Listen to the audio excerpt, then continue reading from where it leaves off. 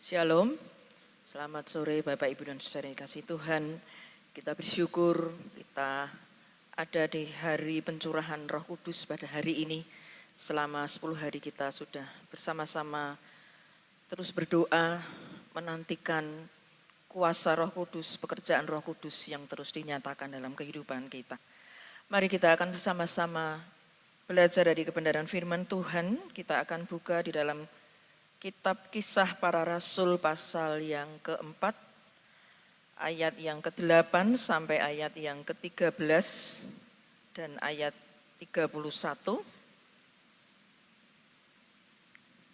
Kemudian Kisah Para Rasul pasal 19 ayat yang pertama sampai ayat yang ke-6 akan kita renungkan bersama-sama sore hari ini. Kisah Para Rasul pasal 4 ayat 8 sampai 13, kemudian ayat 31, dan pasal 19 ayat pertama sampai ayat yang ke-6. Sekali lagi saya mengundang Bapak Ibu dan Saudara untuk berdiri, kita akan bersama-sama memperhatikan kebenaran firman Tuhan sore hari ini. Kitab Kisah Para Rasul pasal 4 ayat 8 sampai yang ke-13, demikian bunyi firman Tuhan. Maka jawab Petrus, penuh dengan Roh Kudus, "Hai pemimpin-pemimpin umat dan tua-tua, jika kami sekarang harus diperiksa karena suatu kebajikan kepada seorang sakit dan harus menerangkan dengan kuasa manakah orang itu disembuhkan, maka ketahuilah oleh kamu sekalian dan oleh seluruh umat Israel, bahwa dalam nama Yesus Kristus orang Nazaret yang telah kamu salibkan, tetapi yang telah dibangkitkan Allah dari antara orang mati, bahwa oleh karena Yesus itulah orang ini berdiri dengan sehat sekarang di depan kamu. Yesus adalah batu yang dibuang oleh tukang-tukang bangunan, yaitu kamu sendiri, namun ia telah menjadi batu penjuru. Dan keselamatan tidak ada di dalam siapapun juga, selain di dalam Dia. Sebab di bawah kolong langit ini tidak ada nama lain yang diberikan kepada manusia yang olehnya kita dapat diselamatkan. Ketika sidang itu melihat keberanian Petrus dan Yohanes dan mengetahui bahwa keduanya orang biasa yang tidak terpelajar, heranlah mereka, dan mereka mengenal keduanya sebagai pengikut Yesus. Ayat yang ke-31, dan ketika mereka sedang berdoa, goyanglah tempat mereka berkumpul itu, dan mereka semua penuh dengan Roh Kudus. Lalu mereka memberitakan firman Allah dengan berani. Pasal yang ke-16, ayat yang pertama sampai ayat yang ke-6. Pasal 19. Kisah Para Rasul pasal 19 ayat pertama sampai ayat yang ke-6, demikian bunyi firman Tuhan. Ketika Apolos masih di Korintus, Paulus sudah menjelajah daerah-daerah pedalaman dan tiba di Efesus. Di situ didapatinya beberapa orang murid, katanya kepada mereka, "Sudahkah kamu menerima Roh Kudus ketika kamu percaya?" Akan tetapi mereka menjawab dia, "Belum, bahkan kami belum pernah mendengar bahwa ada Roh Kudus." Lalu kata Paulus kepada mereka, "Kalau begitu dengan baptisan manakah kamu telah dibaptis?" Jawab mereka, "Dengan baptisan Yohanes." Kata Paulus, "Baptisan Yohanes adalah pembaptisan orang yang telah bertobat, dan ia berkata kepada orang banyak bahwa mereka harus percaya kepada Dia yang datang kemudian daripadanya, yaitu Yesus." Ketika mereka mendengar hal itu, mereka memberi diri, mereka dibaptis dalam nama Tuhan Yesus. Dan ketika Paulus menumpangkan tangan di atas mereka, turunlah Roh Kudus ke atas mereka, dan mulailah mereka berkata-kata dalam bahasa roh dan bernubuat. Mari kita akan sekali lagi berdoa. Saat ini Tuhan, kami datang kepadamu. Kami merendahkan hati kami di hadapan Tuhan. Karena kami menyadari Tuhan ada begitu banyak hal yang menjadi rahasia dalam kehidupan kami. Karena itu biarlah Roh Kudus Engkau bukakan saat ini pengertian-pengertian kepada kami, agar kami Tuhan tidak hanya memperingati hari pencurahan Roh Kudus setiap tahun, tetapi kami Tuhan rindu untuk mengalami pengalaman bersama dengan Roh Kudus lebih lagi dan lebih dalam lagi ya Tuhan. Karena itu mari Roh Kudus Engkau menolong kami ketika kami akan bersama-sama merenungkan firman-Mu sore hari ini. Engkau memberikan kepada kami Tuhan kemampuan, kekuatan untuk kami memahami setiap kebenaran firman-Mu. Dan terlebih Tuhan kami boleh mengalami Allah Roh Kudus dalam kehidupan kami. Karena itu Engkau mengurapi kami semua Tuhan, pribadi demi pribadi. Kau urapi hamba-Mu Tuhan, dengan segala keterbatasan hamba-Mu, kelemahan hamba-Mu. Biarlah Engkau urapi lidah bibir hamba-Mu Tuhan, untuk Engkau layakkan menyampaikan firman Tuhan sore hari ini. Terima kasih Bapa, di dalam nama Tuhan Yesus Kristus kami menyerahkan pemberitaan firman-Mu. Haleluya, amin.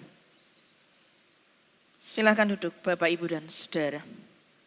Saya memberikan satu tema pada sore hari ini, yaitu orang biasa yang dipenuhi Roh Kudus. Bagaimanakah seseorang itu mendapatkan kekuatan, Bapak, Ibu, dan Saudara? Orang bisa mengatakan, silahkan slide yang berikutnya. Orang bisa mengatakan bahwa orang bisa mendapatkan satu kekuatan dari pengetahuan. Ketika orang memiliki sebuah pengetahuan yang banyak, orang yang cerdas, orang itu merasa itulah kekuatan saya.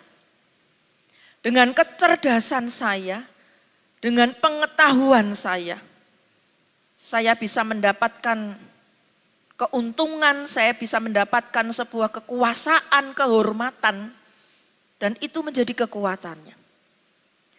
Atau orang bisa mendapatkan kekuatan dari kekayaan. Ini juga bisa menjadi salah satu alasan. Kekayaan yang berlimpah itu menjadi kekuatannya. Dia bisa memperoleh segala sesuatu untuk mendapatkan hal-hal yang bagi orang lain tidak bisa, tidak mampu. Tetapi dia bisa mengatakan dengan kekayaan ini, saya punya power, saya punya kekuatan, saya bisa memiliki banyak hal dengan kekayaan saya. Atau hal yang lain lagi, bukan hanya pengetahuan secara tadi akademik, ilmu pengetahuan. Tetapi kita bisa melihat sekarang, kekuatan itu ada di dalam ilmu-ilmu kekebalan. Baik secara fisik, artinya dia punya sebuah kekuatan. Orang menyerang dia tidak bisa dijatuhkan. Jadi ini bukan hanya sekedar ilmu pengetahuan, tetapi ilmu kekebalan. Ini pun bisa berkaitan dengan kepercayaan atau agama tertentu.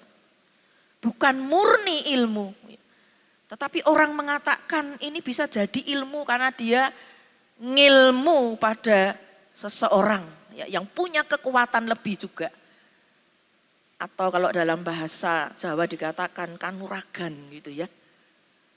Atau ilmu kekebalan, ketika ada bahaya-bahaya, dia bisa terhindarkan dari bahaya itu.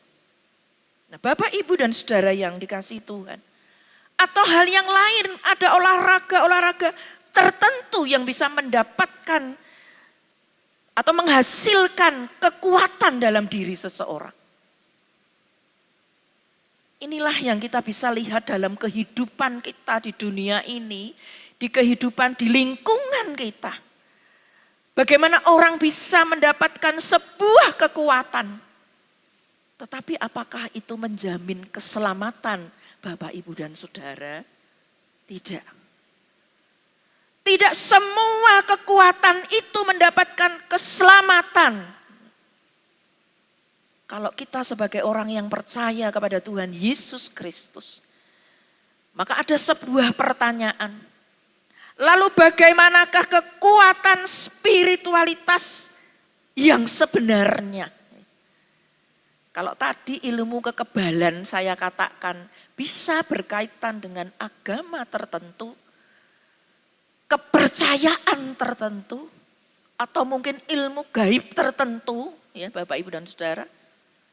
Tetapi itu bukan dalam pengertian ketika kita belajar kebenaran firman Tuhan. Kekuatan spiritualitas, kekuatan rohani, kekuatan iman bagi kita. Kita tidak perlu ngilmu kepada orang. Kita tidak perlu percaya kepada benda-benda yang bisa mendatangkan satu kekuatan. Tidak. Tetapi sore hari ini, di hari pencurahan Roh Kudus ini, kita akan bersama-sama belajar.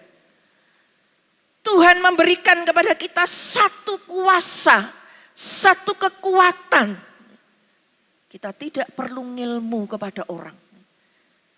Dan inilah sesungguhnya kekuatan yang bisa memberikan kepada kita keberanian, kemampuan untuk kita bisa kuat menghadapi kehidupan kita ini. Silakan slide yang berikutnya. Kenapa demikian? Kalau kita mengingat kembali di dalam Kisah Para Rasul pasal yang pertama ayat yang ke-8, yang sering kali kita baca berulang kali, kita sudah tidak asing dengan ayat ini. Di situ dikatakan, tetapi kamu akan menerima kuasa kalau Roh Kudus turun ke atas kamu, dan kamu akan menjadi saksiku di Yerusalem, dan di seluruh Yudea dan Samaria dan sampai ke ujung bumi. Kata kuasa ini dalam bahasa Yunani dikatakan dunamis. Dan diterjemahkan dalam bahasa Inggris itu jadinya dinamit. Itu sebetulnya berasal dari kata bahasa Yunani ini.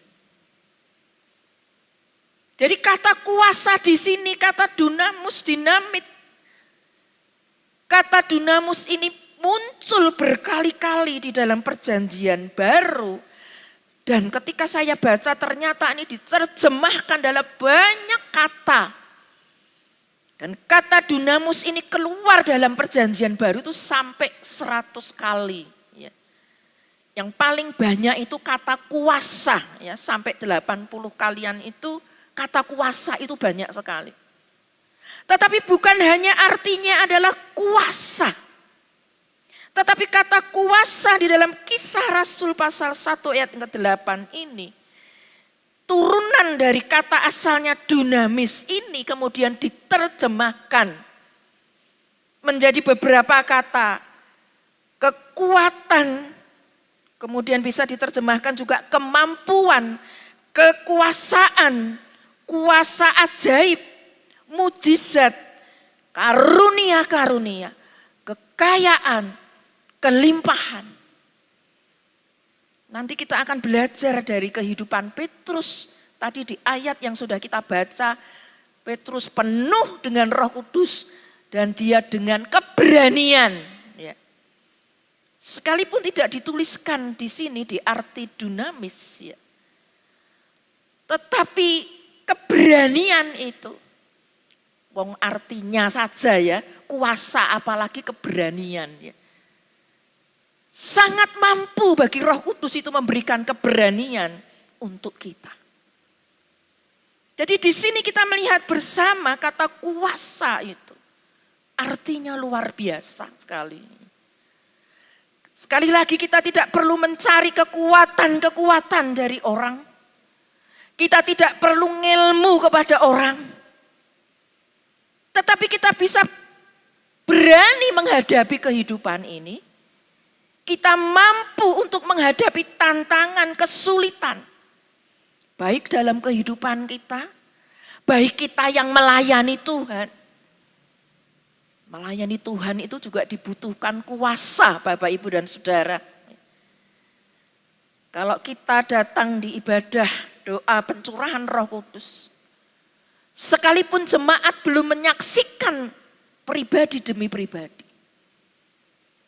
tetapi dari pengalaman saya bertahun-tahun ketika mengikuti ibadah pencurahan Roh Kudus, ketika ada pergumulan-pergumulan, ketika ada kuasa-kuasa yang tidak mampu untuk dilepaskan, tetapi ketika orang itu dipenuhi Roh Kudus, ketika Roh Kudus bekerja dalam diri orang itu, betul-betul ada kuasa dan kekuatan. Dari kesaksian jemaat di tempat ini, di gereja ini. Ketika jemaat juga mengatakan, saya sudah tidak berani Bu untuk hidup. Kok tidak berani untuk hidup kan apa? Untuk menghadapi hari esok itu saya sudah tidak berani, saya tidak punya keberanian. Saya punya apa? Saya punya daya apa? Tetapi ketika mereka kemudian mengikuti ibadah pencurahan Roh Kudus, firman Tuhan diberitakan tentang kuasa Roh Kudus dengan berbagai macam tema dari tahun ke tahun. Disitulah jemaat diingatkan kembali. Karena Roh Kudus adalah pribadi ketiga dari Allah Tritunggal. Dikatakan di situ Roh Kudus akan memberikan kepada kamu kuasa. Seringkali orang mengatakan, wah kalau pencurahan Roh Kudus itu saya merinding Bu, saya seperti kesetrum gitu ya. Seperti ada aliran kuasa. Memang betul Bapak, Ibu, dan Saudara. Itu yang kita rasakan. Tetapi janganlah lupa kita tidak hanya menanti-nantikan bagaimana Allah Roh Kudus itu sepertinya kok membuat saya adem gitu ya. Saya kok merinding. Kemudian ada orang yang bisa berbahasa roh. Bukan hanya sekedar seperti itu. Wah, kuasa itu sepertinya dibatasi tadi ya. Seperti aliran listrik, seperti kesetrum, seperti merinding gitu ya. Tetapi kita harus menyadari bersama Allah Roh Kudus itu pribadi Allah yang ketiga dari Allah Tritunggal. Jadi kalau pribadi ketiga dari Allah, berarti dia hadir, dia maha hadir, dia maha tahu juga. Dan biarlah Allah Roh Kudus terus berkarya di dalam kehidupan kita umat Allah dan juga untuk pertumbuhan gereja. Gereja itu bukan hanya organisasi. Ya, jadi kalau kita belajar, gereja itu bukan hanya organisasi. Tetapi apa? Organisme juga pengertiannya. Artinya di situ ada umat Allah. Ada orang-orang percaya. Jadi gereja tidak hanya dibatasi organisasi. Oh, ada struktur organisasinya. Bukan ya Bapak, Ibu, dan Saudara.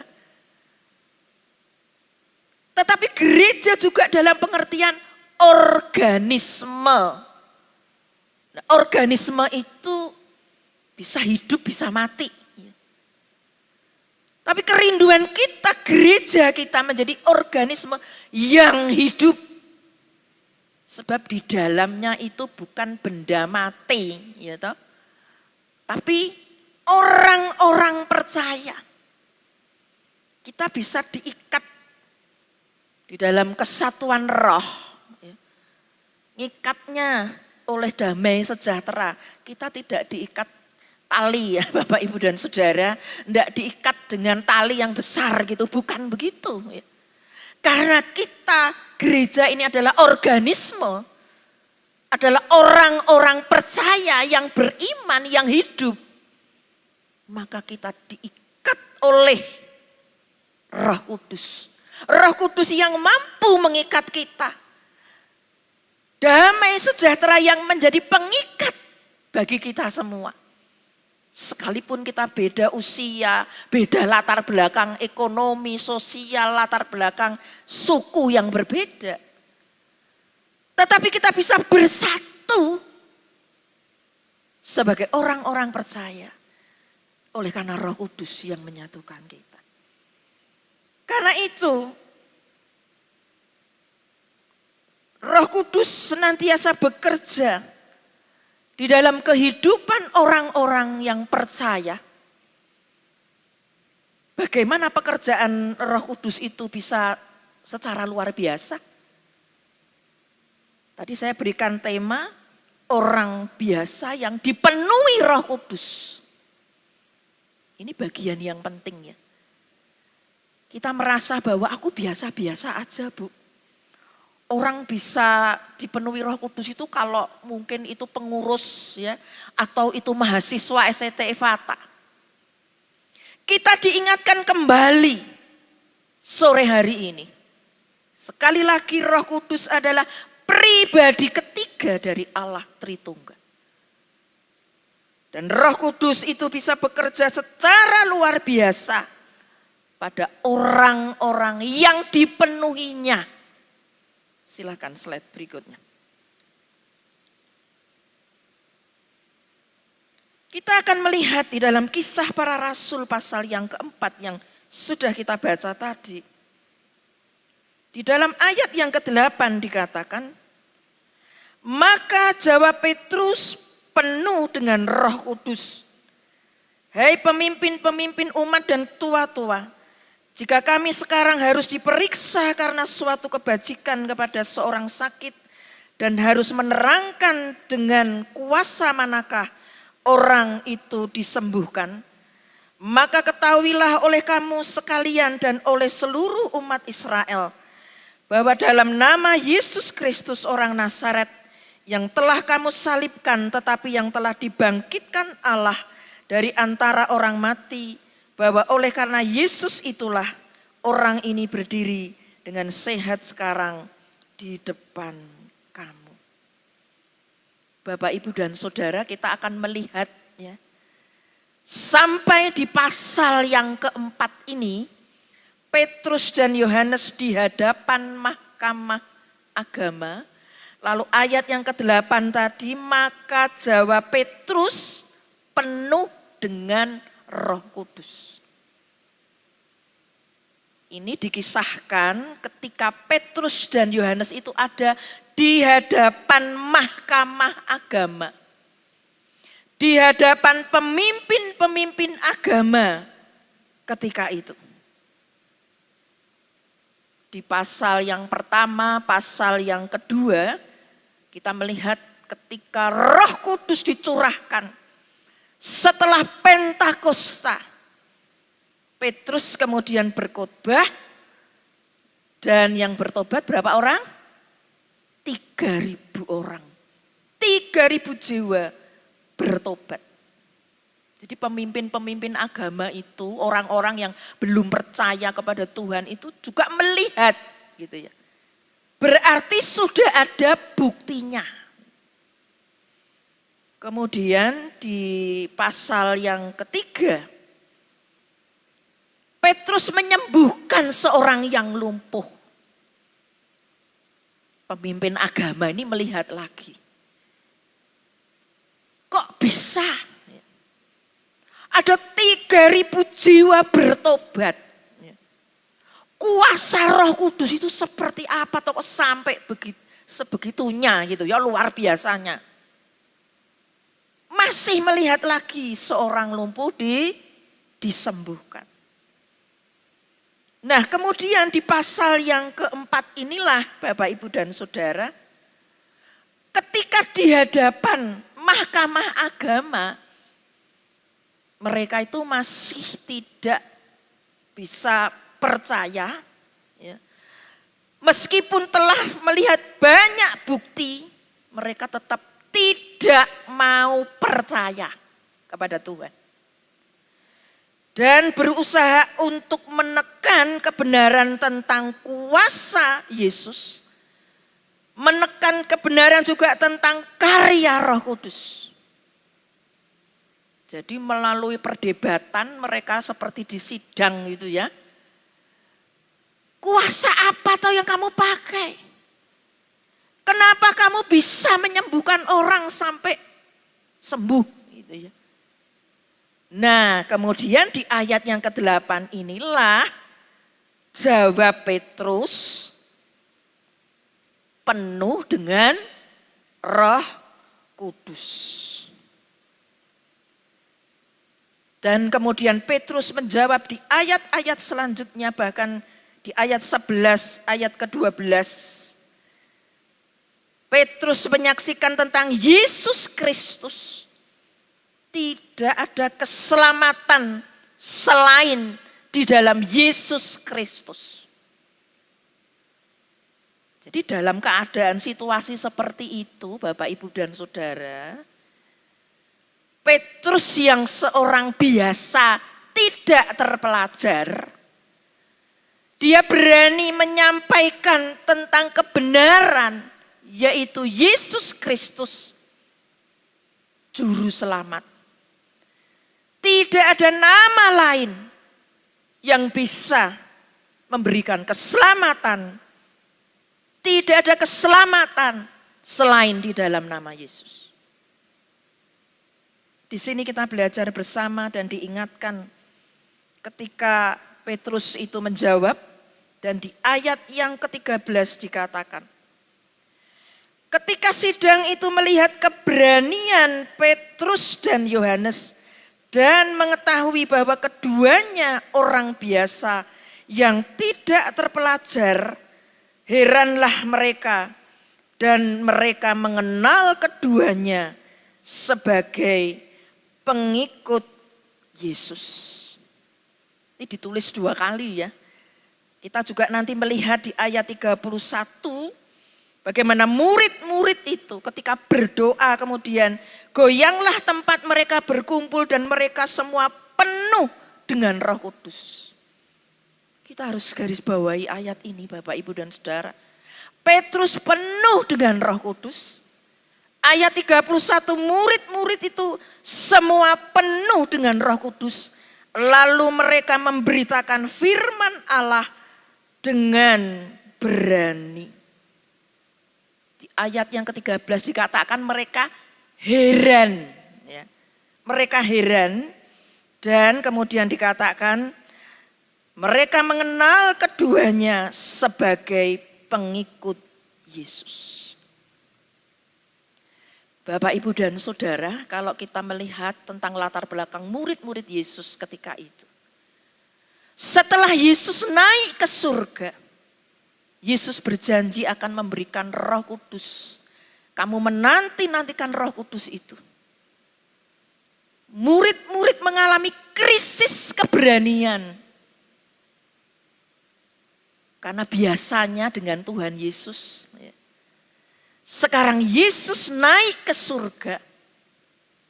Mereka harus melayani, mereka harus mengabarkan Injil. Ada krisis keberanian. Ada rasa takut, ada rasa bingung. Tetapi setelah Roh Kudus tercurah, setelah Pentakosta, murid-murid kembali berani. Sebab apa? Mereka tidak dapat menggantungkan hidupnya. Tidak dapat lagi menggantungkan pelayanannya kepada Tuhan Yesus lagi. Tetapi sekarang mereka mandiri. Tetapi Tuhan Yesus katakan, aku akan memberikan kepadamu Roh Kudus, seorang penolong, Roh kebenaran, Roh penghibur. Itulah Bapak, Ibu, dan Saudara. Kita harus sampai pada standar ini. Nanti kita akan belajar di Kisah Rasul 19 untuk kita lebih memahami. Penuh dengan Roh Kudus. Ketika kita menyanyikan pujian tentang Roh Kudus banyak, bukan ya? Penuhi kami sekarang, penuhi hidupku, penuhi hatiku. Dengan apa? Dengan Roh Kudus. Ini sangat penting supaya kita ini berani, Bapak, Ibu, dan Saudara. Demikian juga ketika Petrus dan Yohanes, ketika murid-murid waktu itu. Mereka harus mandiri. Tuhan Yesus sudah naik ke surga. Tuhan Yesus tidak bersama-sama dengan mereka lagi. Ada krisis keberanian. Mereka jadi takut, mereka jadi gamang, mereka jadi bingung. Tetapi ketika Roh Kudus dicurahkan, ketika pemimpin-pemimpin agama mempertanyakan, ingin menjatuhkan mereka. Tetapi Petrus orang yang sederhana, orang yang tidak terpelajar, berani menjawab, berani untuk menyatakan nama Yesus di hadapan mereka. Dan nanti kalau kita baca di ayat-ayat yang selanjutnya, akhirnya Petrus dan Yohanes mereka dilepaskan. Karena tidak ada alasan lagi. Bagaimana mau menangkap mereka, memang buktinya begitu. Ya. Pemimpin agama juga bingung akhirnya lah mau diapakan lagi. Memang ternyata memang seperti itu, ketika ditanya bisa jawab. Ketika berkhotbah 3.000 jiwa bisa dimenangkan. Ketika ada orang sakit lumpuh disembuhkan. Dan memang itu ada kuasa. Bukan kekuatan manusia. Dan Petrus berani menjawab. Petrus bisa menyatakan tentang Yesus. Akhirnya mereka dilepaskan, Bapak, Ibu, dan Saudara. Kalau saat ini ketika kita menyampaikan tentang Yesus Kristus, kita bisa ditolak. Apakah kita takut untuk kembali memberitakan kabar baik? Ketika kita menyampaikan tentang Injil, tentang kabar baik kepada keluarga, kepada sesama kita, kita mendapatkan reaksi-reaksi negatif. Apakah kita takut, Bapak, Ibu, dan Saudara? Ketika kita menghadapi pergumulan saat ini, masalah apa saja, itu bisa menjadikan kita takut, Bapak, Ibu, dan Saudara. Dalam hari-hari ini, saya tidak cerita ya, ke orang-orang gitu ya, kepada Ibu Surya saya juga tidak cerita. 2 hari yang lalu, ya hampir 3 hari ya, saya diizinkan Tuhan sakit. Sakit itu di nyeri lutut ini ya. Sakitnya minta ampun, Bapak, Ibu, dan Saudara. Sepertinya mungkin karena makanan atau apa, saya tidak mengerti. Untuk jongkok sakit banget, jalan juga berat. Jadi ketika saya hari Kamis tetap visitasi, kaki saya sampai Bu Ririn, itu kenapa Bu kok kakinya seperti itu? Tidak tahu ini kok nyeri ya, nyeri sekali. Tapi saya tetap besuk Bapak, Ibu, dan Saudara. Dan saya tetap ikut doa. Saya katakan Tuhan, saya tidak mau terlewatkan dalam doa ini. Dan di doa 10 hari saya terus minta pertolongan Tuhan. Sehingga saya tidak bisa persiapan optimal, Bapak, Ibu, dan Saudara. Hari ini setelah tadi ibadah pagi, saya baru persiapan untuk sore hari ini. Dan ketika Tuhan berikan ayat ini, saya katakan, Tuhan, aku tidak mau hanya berkhotbah. Aku mau punya pengalaman bagaimana Roh Kudus itu memberikan kuasa, kekuatan, tenaga, keberanian untuk menghadapi segala sesuatu. Dan puji nama Tuhan, Bapak, Ibu, dan Saudara. Mulai kemarin sore sudah, hari Sabtu sudah mending ya. Tetapi karena saya minum obat, jadi banyak tidur, saya tidak bisa untuk berjaga, untuk persiapan. Tetapi saya bersyukur kalau sore hari ini, saya bisa berdiri sekarang. Bapak, Ibu, dan Saudara, Biarlah kita mengalami pengalaman dengan Roh Kudus. Bukan hanya sekedar ketika kita berdoa selama 10 hari.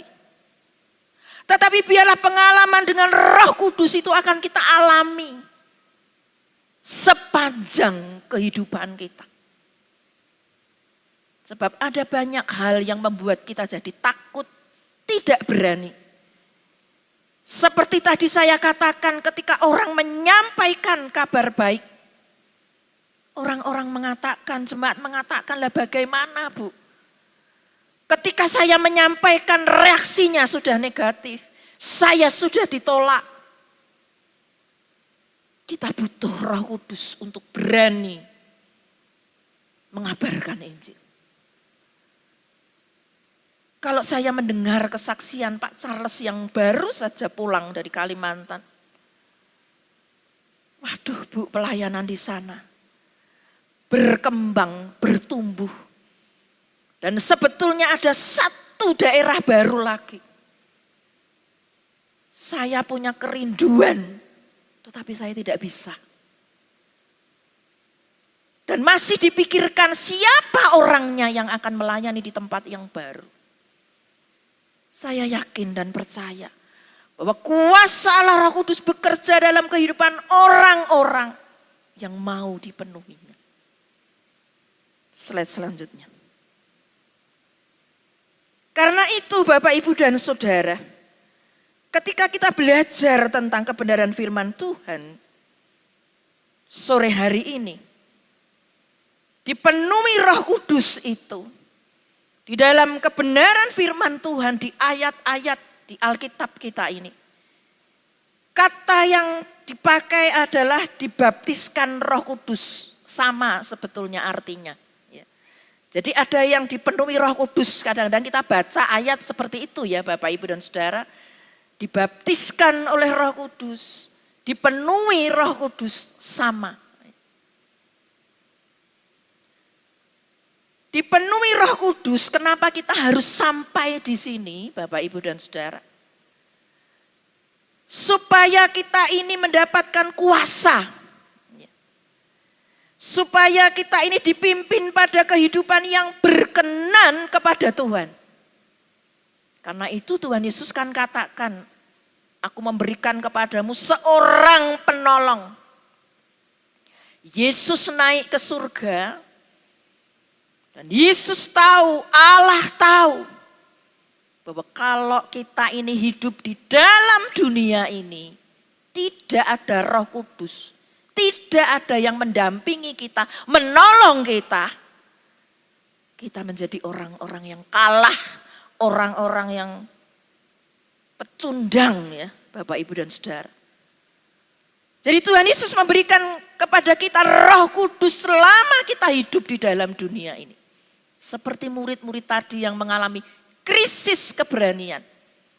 Ketika Yesus tidak bersama-sama dengan mereka, Roh Kudus dicurahkan, memenuhi mereka sehingga mereka menjadi berani. Kemudian yang berikutnya dipenuhi Roh Kudus agar mengerjakan kekudusan seperti yang dikerjakan oleh Kristus. Supaya kita hidup dalam kekudusan dan kebenaran. Tanpa Roh Kudus tidak bisa, Bapak, Ibu, dan Saudara. Dengan kekuatan kita sendiri, oh aku beribadah Bu, aku berdoa, aku datang rajin ke gereja. Kenapa ada banyak orang yang ke gereja? Kenapa banyak orang yang melayani? Bahkan kenapa ada hamba Tuhan bisa jatuh, Bapak, Ibu, dan Saudara? Bisa tidak kudus hidupnya. Salah satu penyebabnya adalah tidak penuh dengan Roh Kudus. Nanti kita akan belajar lagi setelah ini di Kisah Rasul 19. Bedanya apa sih ketika kita mengalami kelahiran baru? Nah itu kan juga pekerjaan Roh Kudus Bu. Tidak cukup Bapak, Ibu, dan Saudara. Kemudian peran yang berikutnya adalah dipenuhi Roh Kudus atau dibaptiskan Roh Kudus agar kita dapat mencapai kemenangan atas dosa, atas iblis, atas kedagingan di dalam kehidupan kita ini. Tanpa dipenuhi Roh Kudus, kita tidak mampu. Jadi kita mau belajar Bapak, Ibu, dan Saudara, ketika kita menyanyikan, ketika kita memohon, biarlah arah Roh Kudus Engkau memenuhi hidupku. Penuh itu berarti kalau kita seperti gelas tuh ya, atau botol diisi air, ya, bisa cuma 1/4, setengah gitu ya. Kita mau dipenuhi Roh Kudus. Artinya apa toh Bapak, Ibu, dan Saudara? Berarti Roh Kudus itu memenuhi kita, memimpin seluruh kehidupan kita. Dan setelah dipenuhi Roh Kudus, kita akan menerima karunia-karunia Roh Kudus dan berkat-berkat dalam pelayanan. Nanti Bapak, Ibu, dan Saudara bisa membaca di dalam 1 Korintus pasal 12 tentang karunia-karunia Roh Kudus. Jadi kita jangan hanya minta karunia-karunia Roh Kudus sebelum kita dipenuhi Roh Kudus. Ini sebuah pemahaman untuk kita ketahui Bapak, Ibu, dan Saudara. Bukan kemudian kita jadi iri dengan orang lain. Waduh, itu kok temanku itu kok dipenuhi karunia bisa berbahasa roh. Bahasa roh itu salah satu dari karunia. Jadi kita harus tahu ya doktrin di GPIAI. Kita harus tahu tentang kebenaran ini. Karunia bahasa roh itu salah satu, bukan satu-satunya. Dan di 1 Korintus pasal 12 ayat yang ke-11 dikatakan, karunia itu diberikan pada tiap-tiap orang secara khusus seperti yang dikehendaki Tuhan. Jadi kalau kita masih minta, aku kok belum diberi karunia, ya kita tetap berdoa terus. Tuhan kau terus memenuhi aku dan aku diberikan karunia. Bukan hanya satu-satunya karunia bahasa roh. Kita bisa membaca di 1 Korintus pasal 12 karunianya apa saja Bapak, Ibu, dan Saudara. Ada karunia iman, karunia mujizat, karunia penyembuhan, karunia untuk membedakan roh, karunia untuk bernubuat, karunia untuk mengajar. Jadi itu bermacam-macam karunia Bapak, Ibu, dan Saudara. Jadi setelah kita dipenuhi Roh Kudus, kita baru menerima karunia-karunia ini dan berkat-berkat dalam pelayanan. Jadi kita tidak boleh iri kenapa kok orang itu bisa berbahasa roh. Kenapa dia punya sebuah karunia untuk menyembuhkan orang. Kita ingat akan hamba Tuhan Bapak Pendeta Linus ya di Cilacap sana. Tuhan berikan karunia kepada hamba Tuhan ini. Untuk apa? Untuk menyembuhkan orang, untuk memulihkan orang-orang dalam keadaan gangguan jiwa. Dan Tuhan berikan karunia itu. Karena itu Bapak, Ibu, dan Saudara, kita melihat slide yang selanjutnya. Mari kita melihat di Kisah Para Rasul pasal yang ke-19. Baptisan Roh Kudus atau penuh dengan Roh Kudus adalah pekerjaan Roh Kudus yang berbeda dengan kelahiran kembali.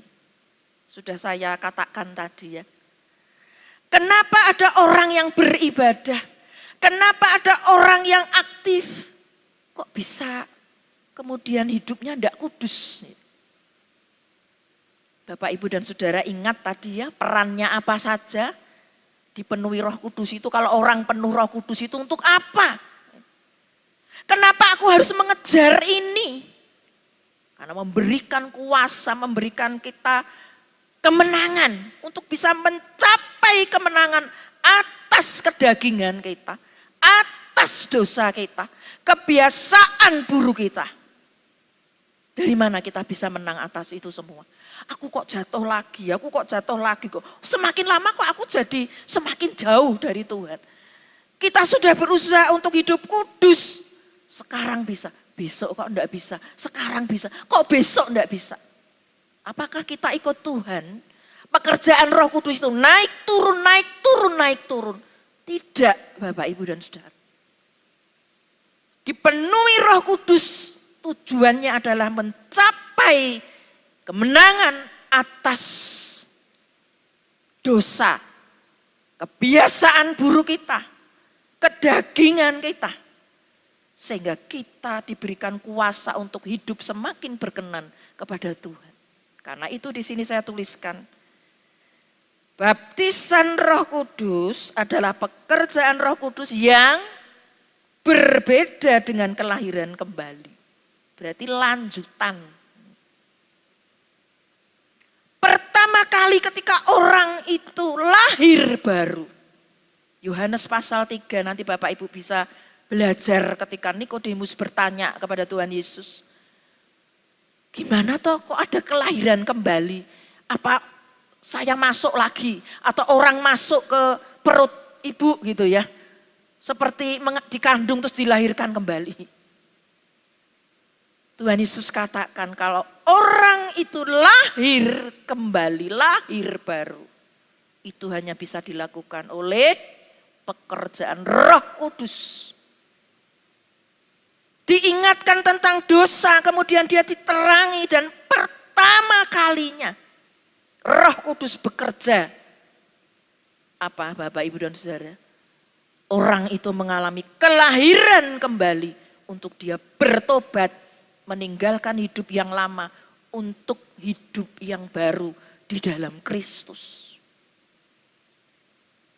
Nah, setelah lahir kembali, ada memang Bapak, Ibu, dan Saudara, bisa ya, setelah lahir kembali juga dia terus dipenuhi Roh Kudus. Bisa seperti itu, memang bisa. Tetapi di dalam pekerjaan Roh Kudus, bukan berarti kemudian setelah dilahirkan kembali oleh Roh Kudus, terus ya sudah, biasa-biasa aja. Tidak begitu. Pekerjaan Roh Kudus berlanjut ketika kita betul-betul berserah, meminta dengan yakin bahwa aku tidak hanya mengalami ketika lahir kembali ini, tetapi aku mau merasakan Roh Kudus, dipenuhi Roh Kudus. Maka di sini dikatakan kelahiran kembali pekerjaan Roh Kudus untuk keselamatan, untuk menyelamatkan kita. Baptisan Roh Kudus tujuannya adalah untuk menerima kuasa agar kita hidup dalam kekudusan dan kuasa untuk melengkapi kita melayani Tuhan.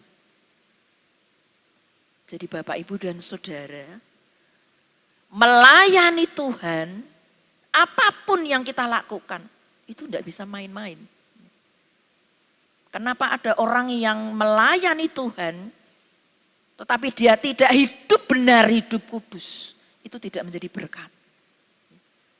Jadi ini bagian yang penting. Kita mau dipenuhi Roh Kudus, dibaptis oleh Roh Kudus. Nah, orang-orang di Efesus baru percaya, belum dipenuhi Roh Kudus. Nah, ini contohnya di kebenaran Alkitab kita. Mari kita lihat di Kisah Para Rasul pasal 19. Di situ Paulus tiba di Efesus lalu dia tanya ya di ayat yang kedua. Katanya kepada mereka, sudahkah kamu menerima Roh Kudus ketika kamu menjadi percaya? Akan tetapi mereka menjawab dia, belum. Bahkan kami belum pernah mendengar bahwa ada Roh Kudus.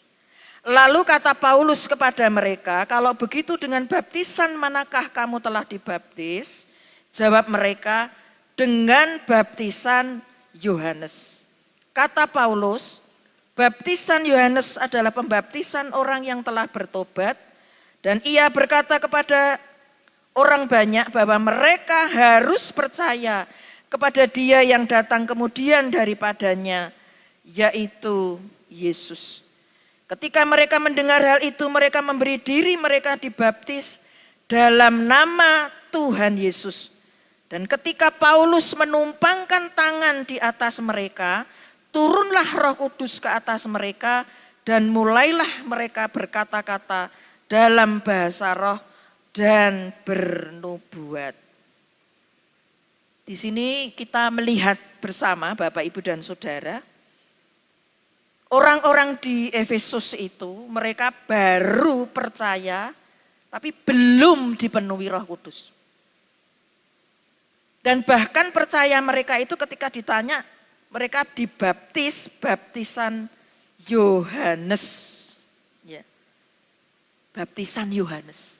Bukan baptisan dalam nama Tuhan Yesus.